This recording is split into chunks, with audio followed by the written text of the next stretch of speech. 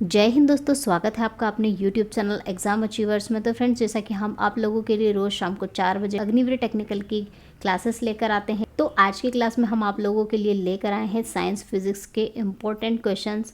और इसका जो टॉपिक है वो आपको डायग्राम देखकर समझ में आ ही गया होगा कि कितने इंपॉर्टेंट क्वेश्चंस और लाइट से रिलेटेड जो हमारे छूट गए हैं वो आज हम इस वीडियो में कंप्लीट करेंगे। इसका एक और पार्ट है, पार्ट 1 हम ऑलरेडी करवा चुके हैं, जिसकी लिंक आपको डिस्क्रिप्शन में मिल जाएगी, वहाँ से आप चेकआउट कर सकते हैं। तो चलिए, जो लाइट के बचे हुए क्वेश्चंस इंपॉर्टेंट क्वेश्चंस हैं वो हम आज डिस्कस कर लेते हैं। अभी भी अगर आप चैनल पर नए हो तो सब्सक्राइब कर लीजिए, नोटिफिकेशन बेल को प्रेस कर लीजिए ताकि आने वाले वीडियोस के नोटिफिकेशन आपको मिल सके। तो फ्रेंड्स, जो प्रीवियस वीडियो था उसमें हम लाइट के 20 क्वेश्चन ऑलरेडी डिस्कस कर चुके हैं। हम क्वेश्चन आज स्टार्ट करेंगे 21 से। तो फ्रेंड्स, क्वेश्चन यहाँ पर प्रकाश का वेग होता है, द स्पीड ऑफ लाइट। मैंने बताया है ये बहुत इंपॉर्टेंट क्वेश्चन है और आपको याद रखना है कितनी होती है, 3 × 10⁸ मीटर पर सेकेंड। याद रखना है, सेंटीमीटर या फिर किलोमीटर पर सेकेंड नहीं होता है। नेक्स्ट क्वेश्चन है, सूर्य ग्रहण तब होता है जब क्या होता है, सूर्य इक्लिप्स ऑकर व्हेन कब होता है। तो फ्रेंड्स, ये कंडीशन तब होती है जब डायग्राम में आप देखेंगे तो ये सूर्य है और ये है पृथ्वी, इन दोनों के बीच में क्या आ गया है, मून यानी कि चंद्रमा। तो सूर्य ग्रहण तब होता है जब चंद्रमा कहाँ पर होता है, बीच में होता है। चंद्र ग्रहण घटित होता है, ल्यूनर इक्लिप्स अकर कब होता है फ्रेंड्स, ये तो ये होता है फ्रेंड्स पूर्णिमा के दिन यानी कि फुल मून डे पर ये होता है। सूर्य ग्रहण कब होता है, तो ये होता है अमावस्या को यानी कि न्यू मून डे पर। एक कटा हुआ हीरा क्यों जगमगाता है, why does a cut diamond sparkles, क्यों करता है ये शाइन, इसलिए करता है फ्रेंड्स। अगर आप चित्र में यहाँ पर देखोगे तो ये क्या है, डायमंड के अंदर जो प्रकाश की किरण है इसे प्रवेश करती है, यहाँ पर इसका अपवर्तन होता है और ये जो प्रकाश की किरण है ये हीरे की कटिंग कुछ इस तरह से की जाती है कि उसका जो परावर्तन है, मतलब ये जो प्रकाश की किरण बाहर नहीं निकल पाती है, ये अंदर ही परावर्तित होती रहती है। मतलब ये पूर्ण रूप से आंतरिक परावर्तन इसमें होता रहता है, प्रकाश की किरण अंदर ही परावर्तित होती रहती है। इससे क्या दिखता है, हमें हीरा जगमगाता हुआ दिखता है। तो इसका राइट आंसर होगा पूर्ण आंतरिक परावर्तन के कारण यानी कि due to the inter reflection. Next question है, पानी से भरे किसी बर्तन में पड़ा हुआ सिक्का किस कारण से थोड़ा उठा हुआ प्रतीत होता है।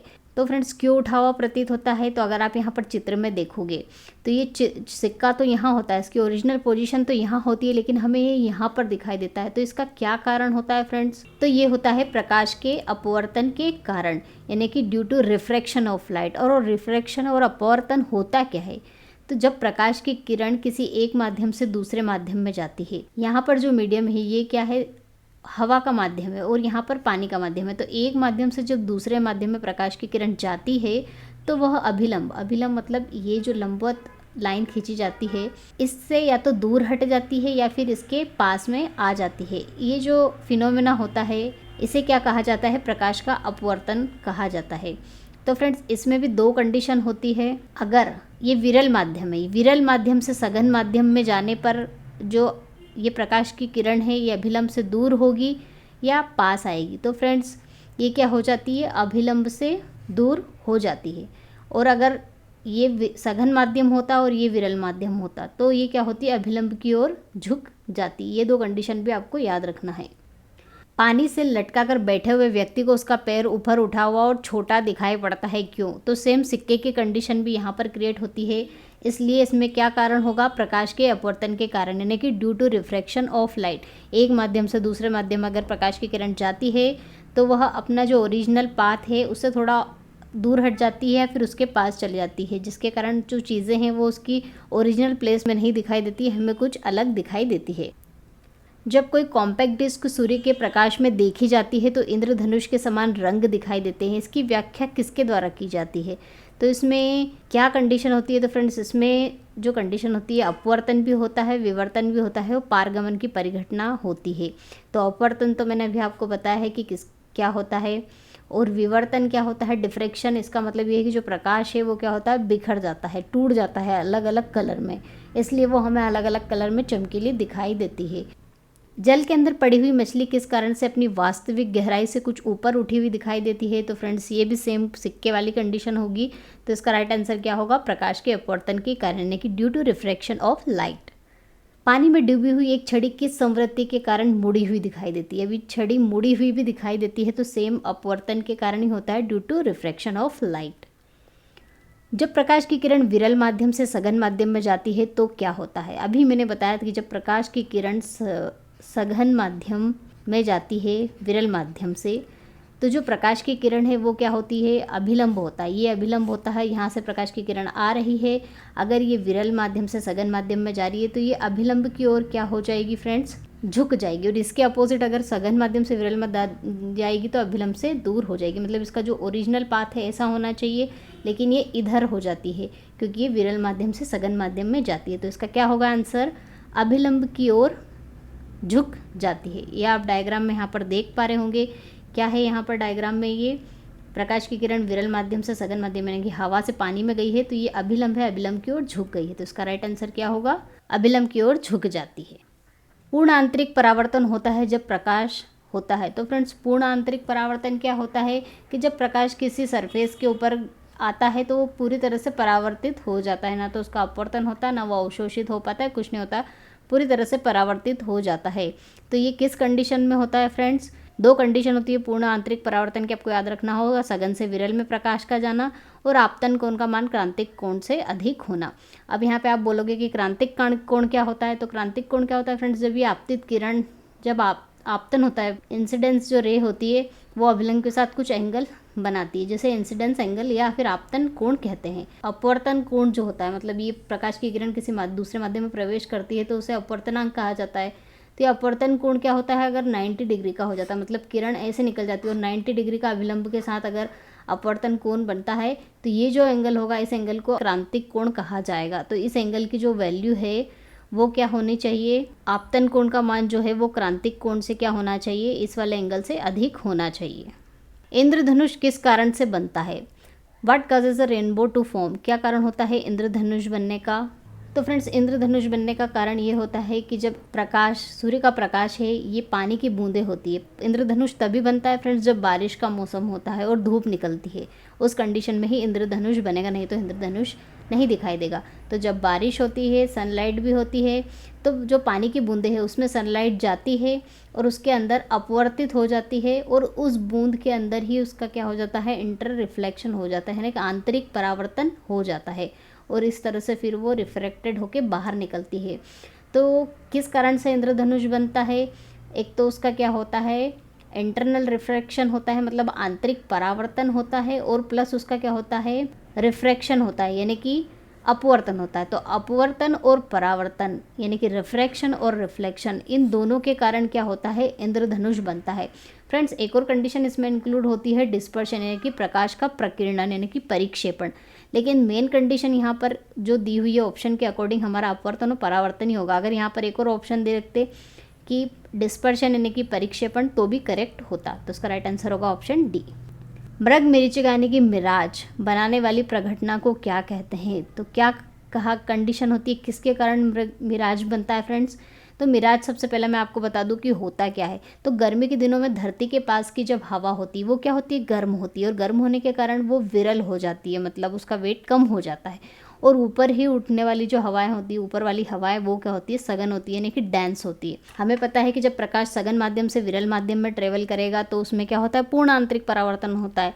तो इसलिए हमें मरीचिका यानी कि मिराज दिखाई देता है, और वो किसके कारण होता है? टोटल इंटरनल रिफ्लेक्शन के कारण, यानी कि पूर्ण आंतरिक परावर्तन के कारण।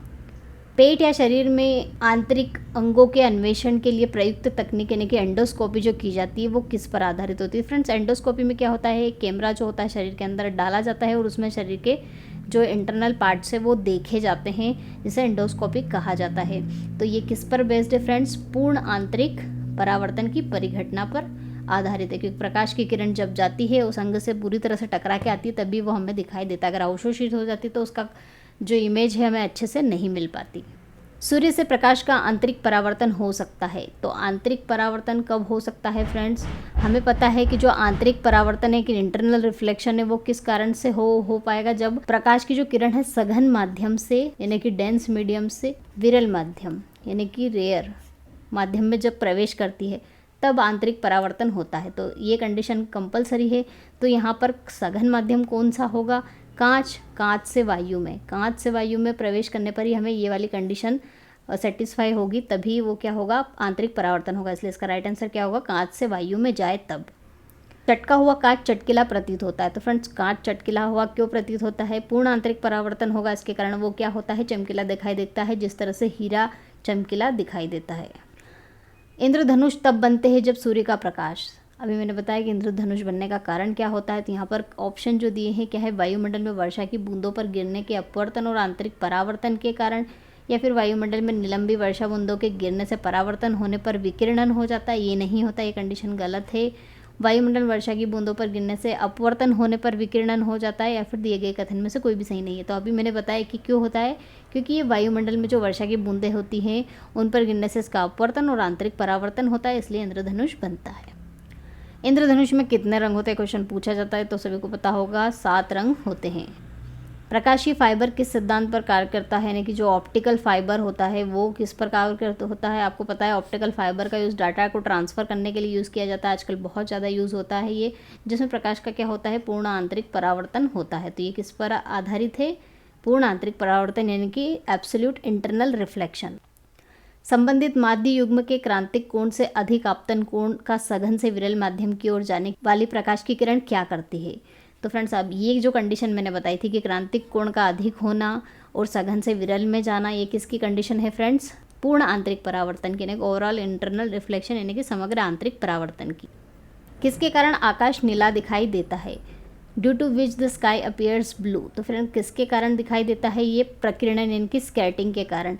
क्यों होता है, क्योंकि जो हमें पता है कि प्रकाश जो है उसमें 7 रंग होते हैं, तो उसमें क्या होता है कि 7 रंग में से सारे रंग तो अवशोषित हो जाते हैं, लेकिन जो नीला रंग है वो क्या हो जाता है, प्रकीर्णित हो जाता है। और दूसरे जो कलर हैं वो स्कैट नहीं होते, प्रकीर्णन नहीं होता है, सिर्फ नीले रंग का ही होता है। क्यों, क्योंकि जो नीला रंग है उसकी जो तरंग दैर्घ्य वो सबसे कम होती है, इसलिए क्या होता है, वो रिफ्लेक्ट हो जाता है। चलिए नेक्स्ट क्वेश्चन है, जब प्रकाश किरण एक माध्यम से दूसरे माध्यम में जाती है तो इसकी किस में परिवर्तन आता है, तरंग दैर्घ्य आवृत्ति में क्या परिवर्तन आता है। तो फ्रेंड्स, क्या होता है, इसकी जो आवृत्ति है समान बनी रहती है, बाकी तरंग दैर्घ्य में चेंज आ जाता है, आवृत्ति में किसी प्रकार का परिवर्तन नहीं आता है। आकाश नीला दिखाई पड़ता है क्यों, अभी मैंने बताया कि आकाश नीला क्यों दिखाई देता है, पूरी घटना आपको समझाई थी। तो इसका राइट आंसर क्या होगा, नीले प्रकाश का प्रकीर्णन सबसे अधिक होता है, क्योंकि इसकी जो तरंग दैर्घ्य है वो क्या होती है, सबसे कम होती है। वातावरण में प्रकाश का विसरण निम्नलिखित की वजह से होता है, diffusion of light in atmosphere is due to, किसके कारण होता है फ्रेंड्स, तो उसमें क्या होते हैं, धूल के कण यानी कि डस्ट पार्टिकल, जिसके कारण क्या होता है, प्रकाश का डिफ्यूजन हो जाता है, यानी कि उसका विसरण हो जाता है। यातायात सिग्नलों में लाल प्रकाश प्रयुक्त किया जाता है, क्यों किया जाता है रेड लाइट का यूज़ ट्रैफिक सिग्नल्स में, क्योंकि खून का रंग भी लाल है, नहीं, प्राणी या जीव जंतु लाल रंग पहचान कर सकते हैं, ये भी रॉन्ग है। लाल रंग सबसे कम परिक्षेपित होता है, या फिर लाल रंग खतरे का प्रतीक है। तो इसका राइट आंसर होगा लाल रंग जो है सबसे कम परिक्षेपित यानी कि डिस्पर्स होता है, यानी कि ये फैलता कम है, दिखाई देता है, इसलिए इसका उपयोग किया जाता है। समुद्र नीला प्रतीत होता है, तो समुद्र नीला क्यों प्रतीत होता है फ्रेंड्स, तो फ्रेंड्स इसका राइट आंसर होगा आकाश के परावर्तन तथा जल के कणों द्वारा प्रकाश का प्रकीर्णन। सबसे पहले क्या होता है, प्रकाश आकाश से आता है और पानी से टकराता है, और पानी से क्या हो जाता है, उसका प्रकीर्णन यानी कि वो स्कैटर्ड हो जाता है, फैल जाता है। उसके बाद जो आकाश है, आकाश से क्या होता है, इसका परावर्तन होता है, तो इसके कारण क्या दिखाई देता है, समुद्र नीला दिखाई देता है। और हमें पता है कि जो नीला प्रकाश है उसकी तरंग दैर्घ्य सबसे कम होती है, इसलिए सबसे ज़्यादा वो फैलता है, इसलिए वो नीला दिखाई देता है। इंद्रधनुष के किस रंग का विक्षेपण अधिक होता है, which colour of the rainbow has more deflection, किसका सबसे अधिक होता है फ्रेंड्स, बैंगनी का। तारे आकाश में वास्तव से जितनी ऊंचाई पर होते हैं वे उससे अधिक ऊंचाई पर प्रतीत होते हैं, इसकी व्याख्या किसके द्वारा की जा सकती है। तो फ्रेंड्स इसकी व्याख्या भी मैंने बताया कि कोई सी भी वस्तु उसकी ओरिजिनल पोजीशन पर ना दिखाई देकर दूसरी पोजीशन पर दिखाई देती, इसका क्या कारण होता है, अपवर्तन। तो इसका राइट आंसर होगा वायुमंडलीय अपवर्तन यानी कि एटमॉस्फेरिक रिफ्रैक्शन। सूखा बालू चमकीला दिखाई देता है क्यों, जबकि गीला बालू दूधहीन होता है। तो इसका क्या कारण होगा, परावर्तन, क्योंकि जो सूखा बालू है उससे जो प्रकाश की किरणें क्या होती है, एब्जॉर्ब नहीं होती है, परावर्तित हो जाती है, इसलिए वो हमें चमकीला दिखाई देता है। और गीला बालू प्रकाश को एब्जॉर्ब कर लेता है, हीट को एब्जॉर्ब कर लेता है, इसलिए वो चमकीला दिखाई नहीं देता है। प्रिज्म में प्रकाश के विभिन्न रंगों का विभाजन क्या कहलाता है? तो प्रिज्म रहता है, प्रिज्म से प्रकाश जब गुजारा जाता है श्वेत प्रकाश तो अलग अलग रंगों में डिवाइड हो जाता है। तो इस घटना को क्या कहा जाता है? प्रकाश का वर्ण विक्षेपण यानी कि dispersion of light. Next question है, श्वेत प्रकाश जब प्रिज्म से होकर गुजरता है तो वर्ण क्रम विचलित होता है, वह क्या होता है? कौन सा वर्ण कम विचलित होता है फ्रेंड्स? लाल कलर जो होता है वो सबसे कम विचलित होता है क्योंकि इसकी जो तरंग दैर्घ्य है सबसे ज़्यादा होती है। तो फ्रेंड्स मैंने आपको बताया था जो कलर याद रखने का तरीका, बे, जा, नी, हे, पी, ना और ला। तो लाल तरफ से बैंगनी कलर की तरफ जाने पर जो तरंग दैर्घ्य फ्रेंड्स वो क्या होती जाती है? कम होती जाती है। तो सबसे ज़्यादा तरंग दैर्घ्य किसकी होती है? लाल की होती है, इसलिए वो क्या होता है? सबसे कम विचलित होता है। नेक्स्ट क्वेश्चन है, श्वेत प्रकाश जब प्रिज्म से होकर गुजरता है तो वर्ण सबसे अधिक विचलित होता है। तो सबसे अधिक विचलित कौन सा होगा फ्रेंड्स? बैंगनी, क्योंकि इसकी तरंग दैर्घ्य सबसे कम होती है। प्राथमिक रंग है यानी कि प्राइमरी कलर्स कौन कौन से होते हैं फ्रेंड्स? प्राथमिक रंग और क्या होते हैं? तो फ्रेंड्स प्राथमिक रंग वो होते हैं जो अन्य रंगों के मिश्रण से उत्पन्न नहीं किए जा सकते। 3 मूल रंग है, तो जो बेसिक 3 कलर्स है वो कौन कौन से हैं? याद रखना है आपको, नीला, लाल और हरा। श्वेत प्रकाश का अपने विभिन्न रंगों से अलग होने की क्रिया को क्या कहते हैं? तो इसको क्या कहा जाता है फ्रेंड्स? वर्ण विक्षेपण यानी कि डिफ्लेक्शन ऑफ लाइट। निम्नलिखित में से कौन सा प्राथमिक रंग नहीं है? Which of the following is not a primary colour? तो अभी मैंने बताया था कौन कौन से होते हैं, नीला, हरा और लाल। तो इसका राइट आंसर होगा पीला। निम्नलिखित में से किस रंग का तरंग दैर्घ्य सबसे अधिक होता है? तो अभी बताया था मैंने, लाल रंग का तरंग दैर्घ्य सबसे अधिक होता है।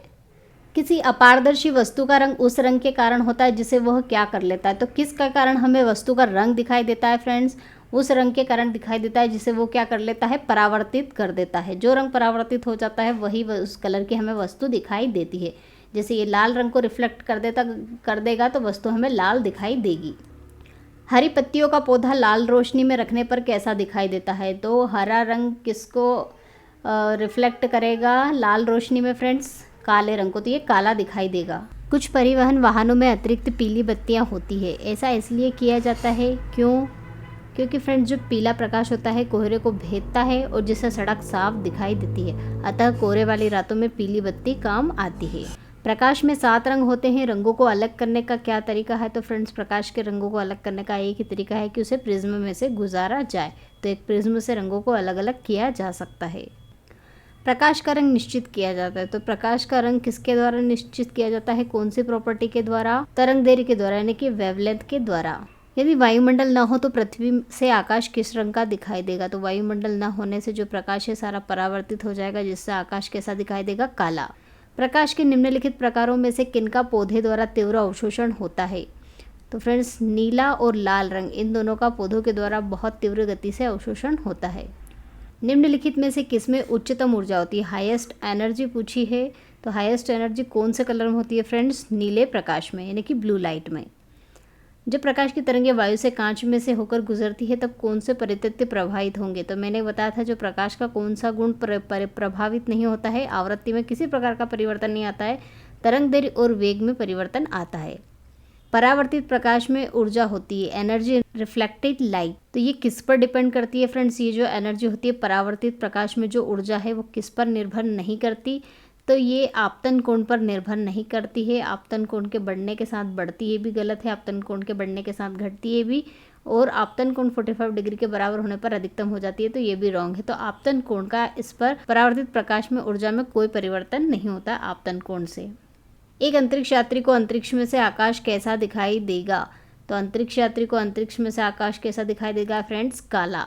किसी तारे के रंग से पता चलता है, तो तारे के रंग से फ्रेंड्स क्या पता चलता है? उसके टेम्परेचर का, कि कितना उसका टेम्परेचर होगा, क्योंकि ज़्यादा टेम्परेचर वाले का तारे का रंग अलग होता है और कम टेम्परेचर वाला जो तारा होता है, स्टार होता है, उसका कलर बिल्कुल डिफरेंट होता है। तो इसलिए रंग से उसके टेम्परेचर के बारे में बताया जा सकता है। तो फ्रेंड्स आज हमने आप लोगों के साथ टोटल 70 क्वेश्चंस यहाँ पर लाइट के डिस्कस किए हैं। आई होप वीडियो आपको पसंद आया हो। पसंद आया तो लाइक कीजिए, चैनल को सब्सक्राइब करना ना भूलें, नोटिफिकेशन बेल को प्रेस कर लीजिए ताकि लेटेस्ट वीडियो के नोटिफिकेशन मिल सकें। मिलते हैं नेक्स्ट टॉपिक में नेक्स्ट वीडियो में, तब तक के लिए जय हिंद, जय भारत, वंदे मातरम।